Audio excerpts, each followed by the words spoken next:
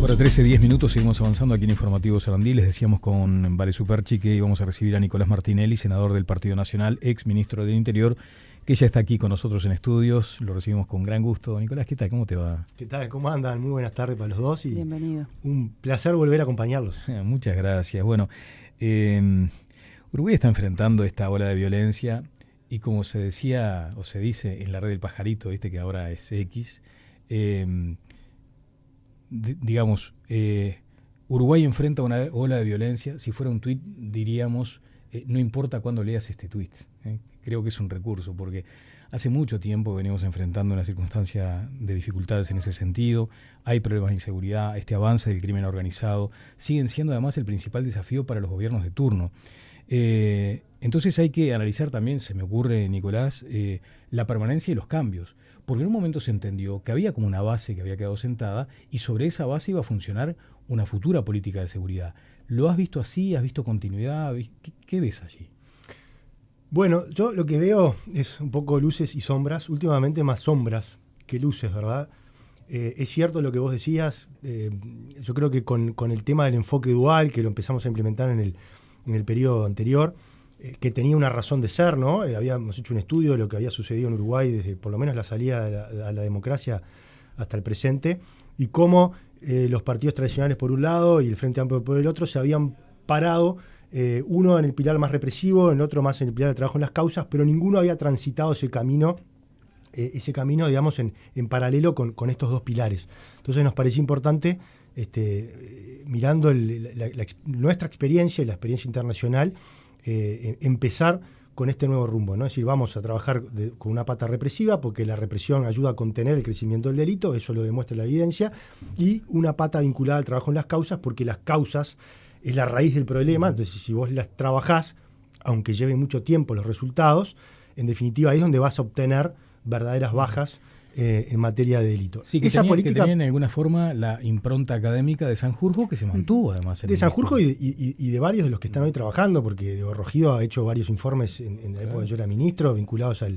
los homicidios y otros tantos, y también Ana Viña hizo el informe del libro blanco para el sistema carcelario, donde hoy además hay un consenso importante, podríamos hablar un poco más de eso más adelante, pero en definitiva, cuando asume Negro, todo indicaba, incluso el propio Negro, porque cuando era fiscal yo conversaba con él, tuve la oportunidad de conversar en varias oportunidades, y todo el sistema político de alguna forma había abrazado ese concepto de enfoque dual. Lo había manejado Orsi en campaña, lo había manejado Delgado en campaña, y parecía que íbamos hacia ahí, ¿no? Incluso algún artículo de prensa con la foto de Negro, me acuerdo que decía enfoque dual, modo on, como diciendo, bueno, esto se activa y sigue.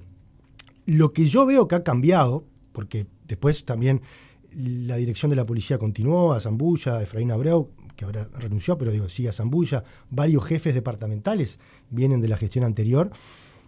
Lo que yo creo que cambió y que obviamente que te marca la impronta y obviamente también los resultados, es el liderazgo, que yo lo vengo diciendo sostenidamente. Yo creo que el ministro Negro le faltó liderazgo, le faltó mando y obviamente le falta rumbo.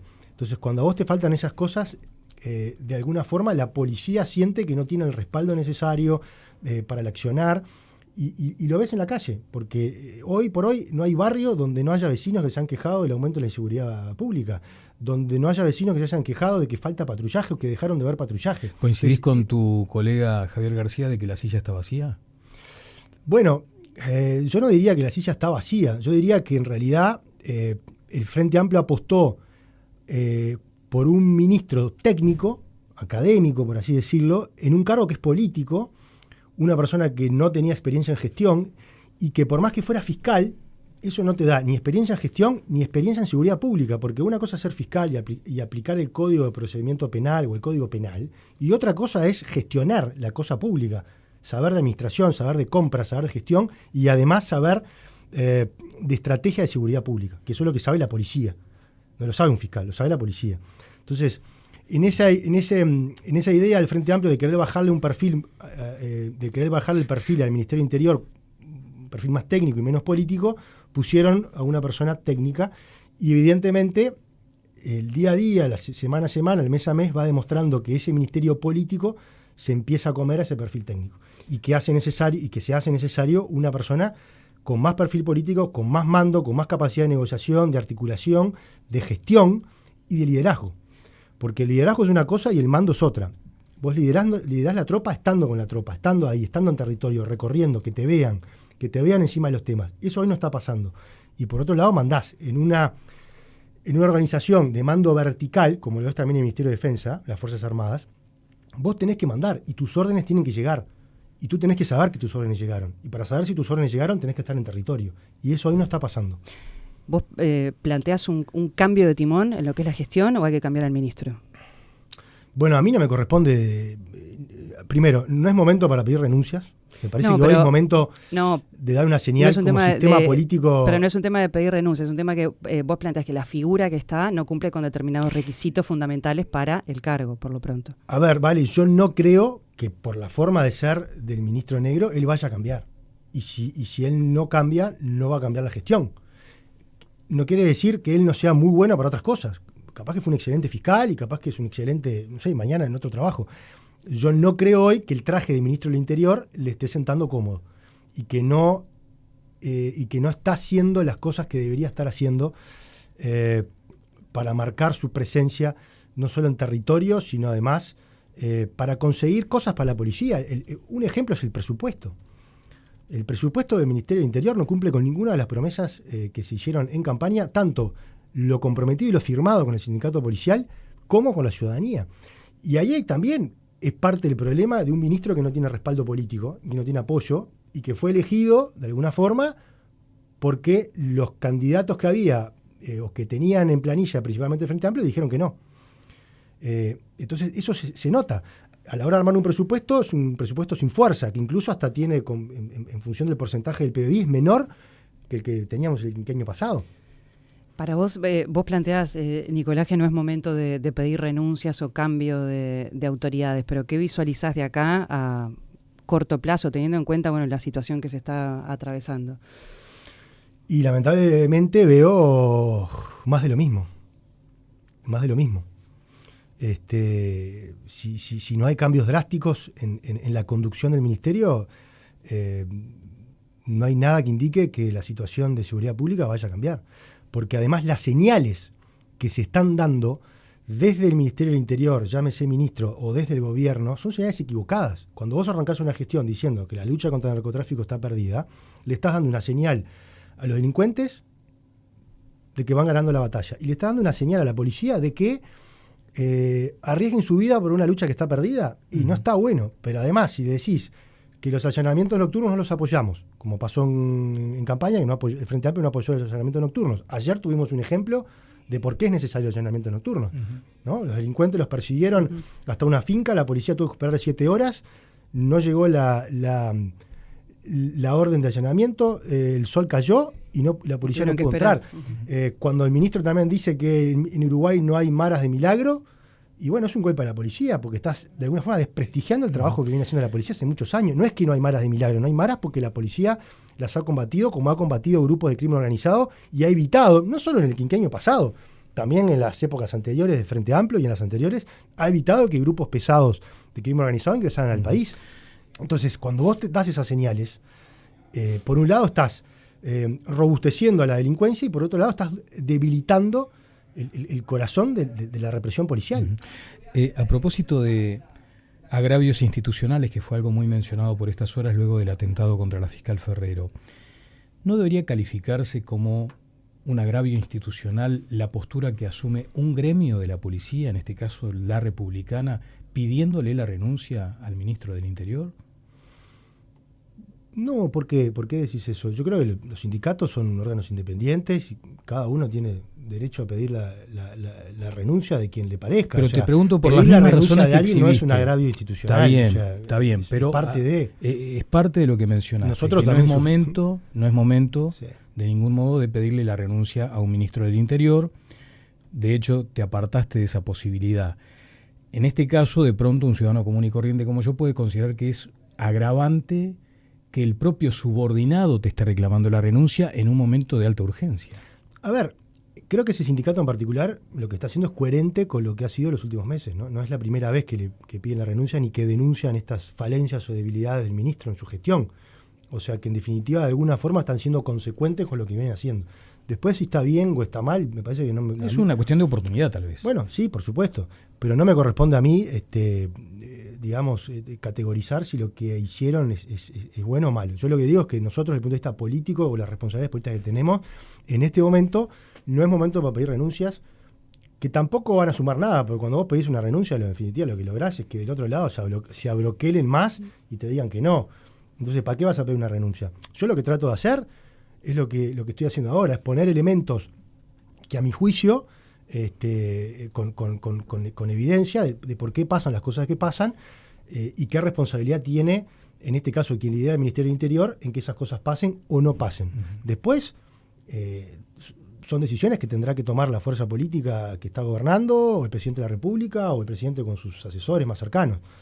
Pero en definitiva, no aporta de nada hoy pedir la renuncia. Me quedo pensando también, Nicolás, en esto de que se estuvo hablando todos estos días, de que a nadie le terminó sorprendiendo que pasara, que se venía advirtiendo de que estábamos cerca de que ocurrieran estas cosas, que se estaba haciendo lo posible para que no pasaran. Y quiero preguntarte por alguna suerte de, quizás de autocrítica que puedas hacer como uno de los anteriores ministros del Interior, cuando te enteraste de lo que pasó. ¿Qué pasó por tu cabeza? ¿Podíamos haber hecho más? ¿Se hizo lo que se pudo? ¿Se metieron por acá? ¿No se tapó este agujero? Porque tu mirada no es la misma que podemos tener nosotros como periodistas o la población que nos está escuchando de, bueno, cometieron finalmente un atentado a una fiscal. Sí, siempre se puede hacer más. Y tampoco se puede decir que yo discrepo ahí. Parece que lo que pasó en la conferencia de prensa del ministro del Interior fue un poco lo que pasó en el operativo del Clásico, que había dicho que era perfecto cuando había un policía herido. Y de alguna forma Negro en esta oportunidad quiso hacer algo parecido. Quiso primero disminuir el atentado diciendo que, no hablando de que era contra la fiscal de corte, sino contra una fiscal de estupefaciente. Me parece que eso es un error. Y después quiso de alguna forma también vincularlo a un cargamento, de una incautación que se hizo hace 2 o 3 meses de droga, como diciendo, bueno, esto es la respuesta a una política exitosa. Que yo me acuerdo que al día siguiente tuve una entrevista y dije que no había ninguna evidencia para vincularlo a ese cargamento de drogas. De hecho, ese cargamento de drogas es una operación que se inicia durante mi periodo de gobierno y el año pasado, vinculado a esta misma familia, nosotros agarramos 3 cargamentos. Y esos 3 cargamentos sumados son muchos más cargamentos de cocaína y pasta base y mucho más dinero que lo que se agarró en esta oportunidad. Pero en aquella oportunidad no tuvimos ni amenazas al Ministerio del Interior, ni amenazas a ninguna fiscal o fiscalía por este hecho puntual. Sí recibimos amenazas, Luis Mendoza y yo, pero no vinculados a agarrar un cargamento, sino a trasladar reclusos de alto perfil desde una cárcel a la cárcel de máxima seguridad. ¿Y por qué? Y bueno, por eso les duele mucho porque quedan incomunicados con el mundo exterior. Tienen menos margen de visita, no tienen celular, están más controlados, están vigilados las 24 horas, están en una celda individual. Entonces, eso les quita poder y por eso les duele.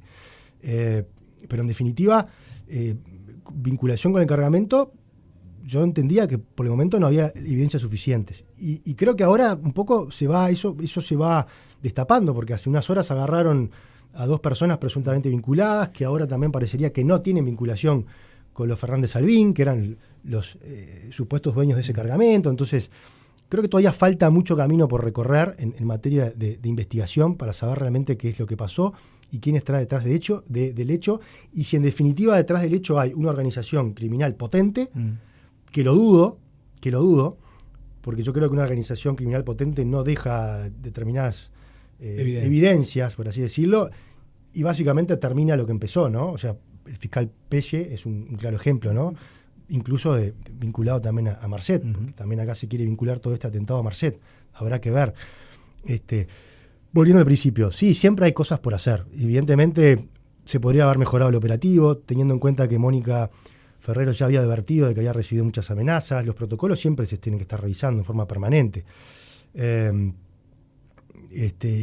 Y bueno, y estar atento. A ver, hace muchos años que en este país se viene diciendo que en Uruguay se van a venir tales cosas, van a pasar tales cosas. Y la verdad es que no pasan.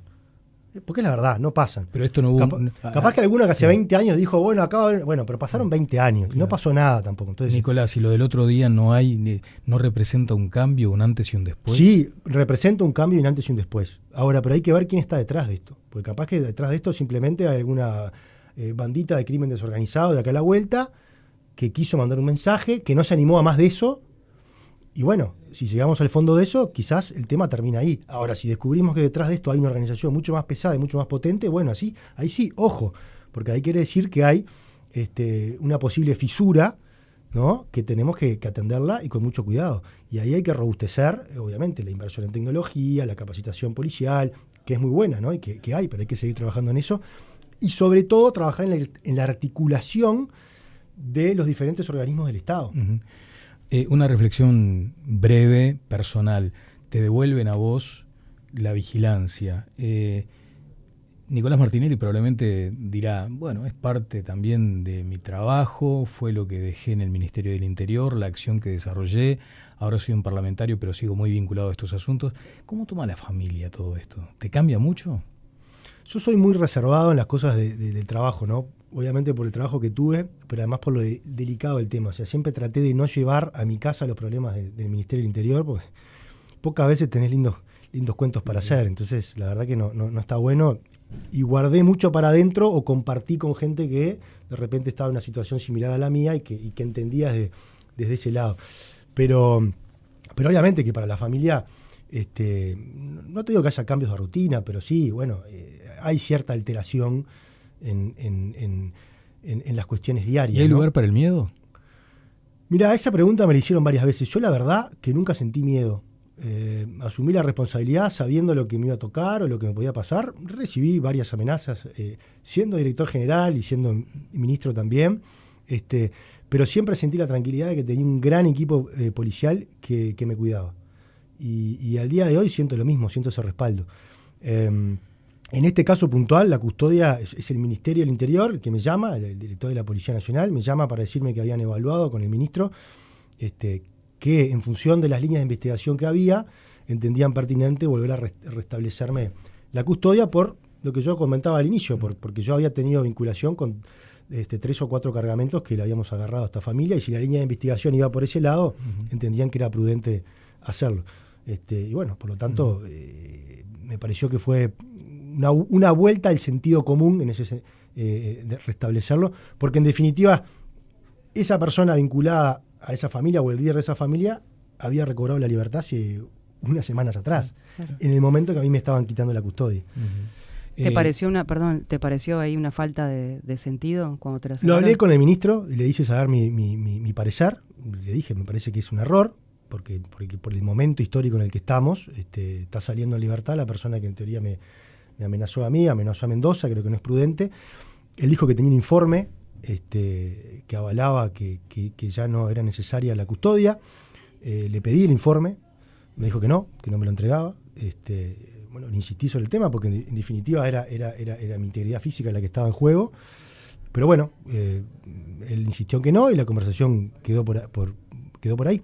Hasta que, bueno, el domingo recibí la llamada del director de la policía diciéndome que me la restablecían. Por eso digo que primó el sentido común. Y bueno, eso yo también se lo reconozco, ¿no? Nobleza obliga, porque el ministro podría haber seguido con su postura negacionista, pero bueno, así que en definitiva... Bien, Nicolás, cuando suceden estos eventos de alto impacto, hay una tentación o para el populismo o para el oportunismo. Y allí es donde también puede instalarse esta reivindicación de las Fuerzas Armadas cumpliendo un papel en la seguridad interna. ¿Cómo ves eso?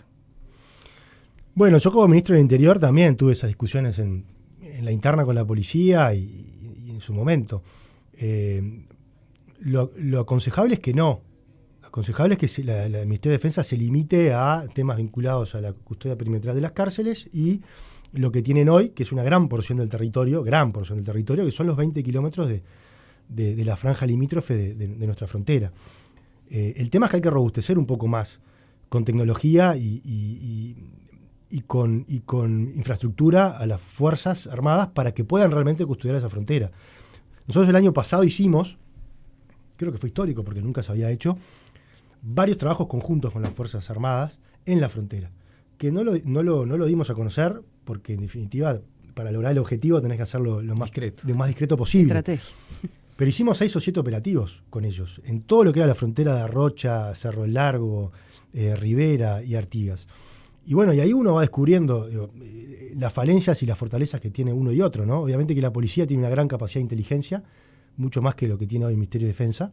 O sea que esos operativos salían con la inteligencia que tiene la policía, aportaba la Policía Nacional, pero obviamente que también las Fuerzas Armadas tienen otra capacidad de fuego diferente a la que puede tener la Policía Nacional, sobre todo vehicular, quizás no en armamento de armas de porte físico, pero sí depende de vehicular, ¿no?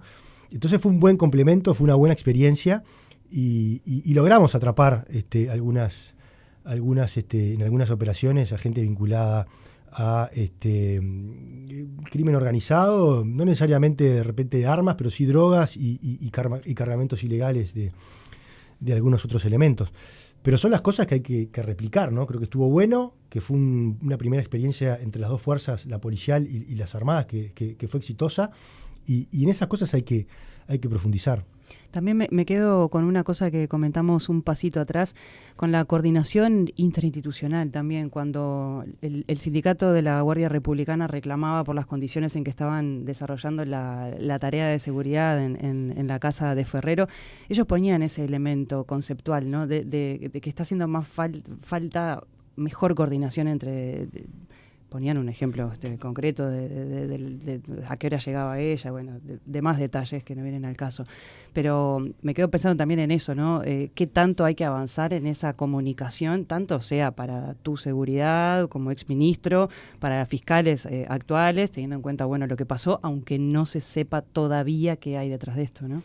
Sí, ahí tenés dos cosas, la comunicación interinstitucional, o sea, ministerio hacia afuera, que siempre hay márgenes de mejora, sin duda, hay que trabajar mucho más en eso. Ministerio de Defensa, el ejemplo que poníamos, pero hay otros, está el MIDES, Salud Pública, Adicciones, o sea, hay otras coordinaciones, Senaclaf, es decir, Fiscalía, Poder Judicial, o sea, ahí hay mucho trabajo por hacer también por delante. Y después lo que tú decías internamente, que también obviamente que a veces hay fallas o falta de comunicación. Yo creo que lo más importante es que la policía tiene las herramientas. Tiene el poder de fuego, tiene la preparación, tiene la tecnología. Antes de irme del ministerio, yo creo que fue el 2023, principios de 2024, nosotros compramos un sistema nuevo de handys que son encriptados, porque hoy el ministerio lo que usa es la red que usa cualquiera, entonces con un canal distinto, pero en definitiva habíamos adquirido tecnología encriptada para que solamente la pudiera manejar la policía, que además ese handy te permite grabar, armar grupos de WhatsApp, es decir, un mundo diferente que da la posibilidad, como vos mencionabas, de poder coordinar mucho mejor. Y ahí hay que trabajar. Y también de trabajar puertas adentro entre las diferentes unidades. Que a veces están esas cositas de las chacras, que una unidad no se habla con la otra por celos, y entonces en definitiva las cosas no salen. Yo cuando asumí el ministerio me acuerdo que eso lo remarqué mucho, porque la Rañaga, Heber, siempre contaban que cuando les tocó asumir el ministerio había muchos como compartimientos estancos, ¿no? Cada unidad ejecutora era como su chacra y no se hablaban entre sí. Nosotros cambiamos mucho esa lógica de trabajo. Abrimos las puertas, generamos reuniones de equipo, generamos reuniones de trabajo, no solo a nivel gerencial, civil, sino también a nivel policial, para que las diferentes unidades del ministerio pudieran interconectarse y empezar a dar información, porque a veces lo que pasaba es que la Dirección Nacional de Drogas tenía una información y la Brigada Departamental tenía otra, pero no había después una comunicación. Entonces generamos sistemas informáticos para que se pudieran comunicar, para que todos hubiera una base de datos, para que fulano y mengano pudieran consultar en función de cada operativo, y eso llevó a que tuviéramos en los últimos 5 años la experiencia más exitosa en el combate al narcotráfico, o sea, mayor incautación de drogas, mayores bocas desarticuladas, mayor dinero incautado, o sea, mayores personas formalizadas en función de la ley de estupefacientes. Eso tiene un porqué, porque hay un trabajo fuerte atrás. Quizás, no lo sé, quizás hoy volvimos para algunos pasos para atrás en esa lógica de que la información no se está compartiendo, pero no lo sé. Empezaste diciendo que el Frente Amplio estaba incumpliendo algunos compromisos de campaña. Ahí también en ese marco instalás el bajo presupuesto que se le dio a la Fiscalía. bajo dicho por los propios fiscales que están indignados por los recursos que van a obtener. Bueno, hay varios incumplimientos y la excusa de la frazada corta es una excusa, porque a todos los gobiernos les ha tocado tener frazadas cortas. ¿Qué gobierno al discutir la ley de presupuesto nunca se quejó de la falta de recursos o que el gobierno anterior le había dejado tal o cual déficit? A nosotros nos pasó, nos dejaron un déficit cerca del 5% y tuvimos que afrontar una pandemia, o sea que también nuestra frazada era corta. Sin embargo, priorizamos.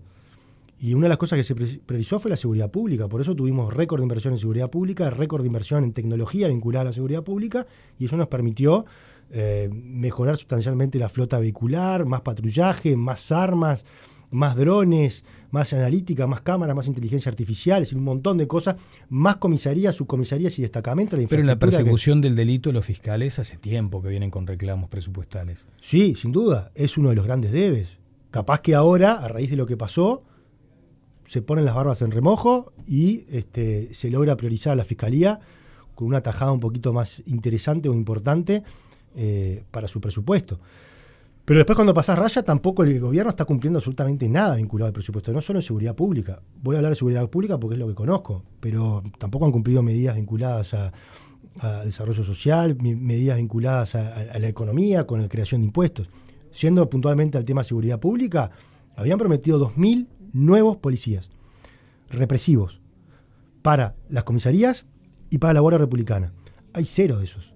0. Solamente se crean 1.000 nuevas vacantes, de las cuales 500 son operadores penitenciarios y 500 son policías para las cárceles. Es decir, porque para el patrullaje en las calles hay 0.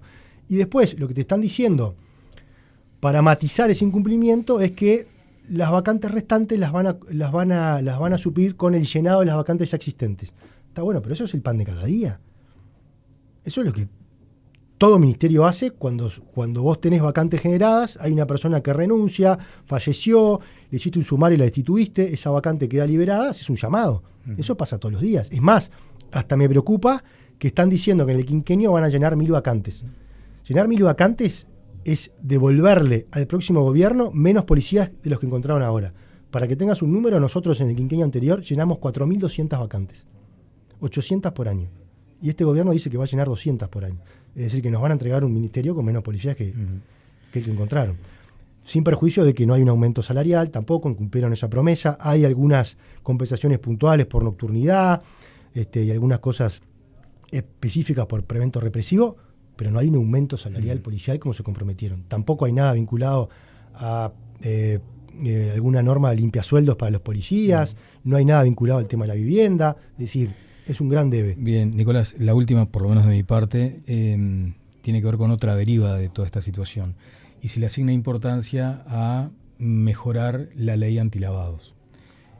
Eso va a estar a consideración del Senado, ya no con la urgencia que pretendía el Frente Amplio, pero va a ser un tema prioritario después del presupuesto.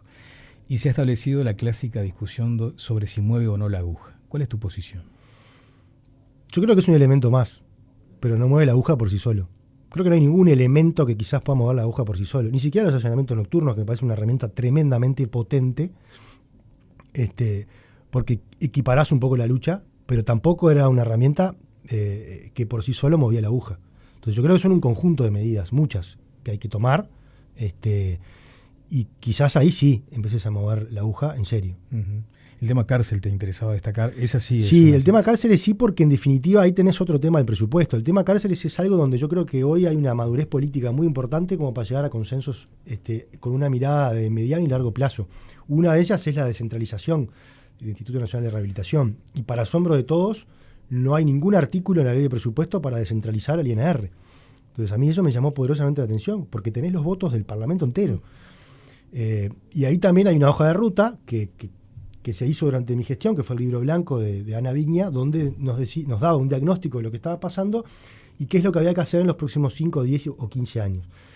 Y yo creo que ahí también el Frente Amplio, en este caso, decidió tomar ese libro blanco, continuar esa hoja de ruta, y por eso ahí veo que hay buenos canales vinculantes como para generar políticas estables de largo plazo. También veo algunas sombras, por ejemplo, el programa PIA de inclusión asistida, que lo teníamos en sociedad con el MIDES y con la Universidad de Montevideo, que era la que hacía el trabajo académico, que apuntaba específicamente a la no reincidencia de las personas privadas de libertad, que tiene buenos resultados, porque los estudios indican que en el plan piloto que se llevó a cabo, el 22% de los reclusos no vuelve a delinquir en el primer mes. Sin embargo, tampoco hay presupuesto para ese plan en este presupuesto. Entonces, volvemos al inicio de estas luces y sombras, más sombras que luces. En términos generales, en lo que tiene que ver con la gestión de lo que pasa adentro de las cárceles, ¿no ves cambios que puedan cambiar la jugada? Por lo menos vos hablabas de largo plazo, pero a corto y mediano plazo. A corto plazo lo único que vos podés hacer es generar más infraestructura, porque eso es lo más sencillo. Todo lo que es políticas vinculadas a las causas, educación, adicciones, ahí te vas a largo plazo, lleva mucho más tiempo y tenés que tener la paciencia necesaria, y además lo otro, tenés que seguir reprimiendo, porque si no reprimís el delito sigue creciendo. Ahora, lo que vos podés solucionar a corto plazo es la infraestructura, por eso yo aposté, junto con Heber, a generar nuevas plazas carcelarias, con mejor tecnología, con mejores diseños, con más espacios socioeducativos, con más espacios sociorecreativos, con mejores condiciones para los reclusos, que es el puntapié inicial. Dale primero una condición digna de reclusión para después aterrizar con programas de adicciones, programas educativos, programas sociales, revinculación con la familia, bueno, todo eso. Pero lo primero es lo primero. Y yo creo que con la cárcel que se va a inaugurar ahora de Libertad, las 3 cárceles que se van a inaugurar en Libertad, más la cárcel nueva en Punta Rieles de mujeres para el año que viene, más la posibilidad de ampliar presupuestalmente algunas de estas cárceles, vos estarías generando un total de unas 3.500 plazas nuevas de acá a los próximos 3 años, cuando vos hoy tenés un déficit de 2.800 plazas. Por eso yo siempre insistía que con esto se iba a lograr de alguna forma superar o mejorar el nivel de hacinamiento, llegar a un hacinamiento cero por primera vez, y ese es un punto de partida. Lamentablemente, también esto va atado a la gestión, porque las cárceles que están en construcción, vienen de la gestión anterior. Ahora, lo de ampliar las cárceles por el TOCAF, texto ordenado de contabilidad y administración financiera, o por la ley de participación público-privada, eso es gestión. Ahí tenés que ir a golpear la puerta del Ministerio de Economía, a la OPP, y decirle, che, yo preciso más plata para esto. Y eso es tan cero. Estoy seguro que no deben ni tenerlo presente para hacerlo. Nicolás Martinelli, senador del Partido Nacional. Muchas gracias. Muchas gracias a ustedes, muy amables. Muchas gracias.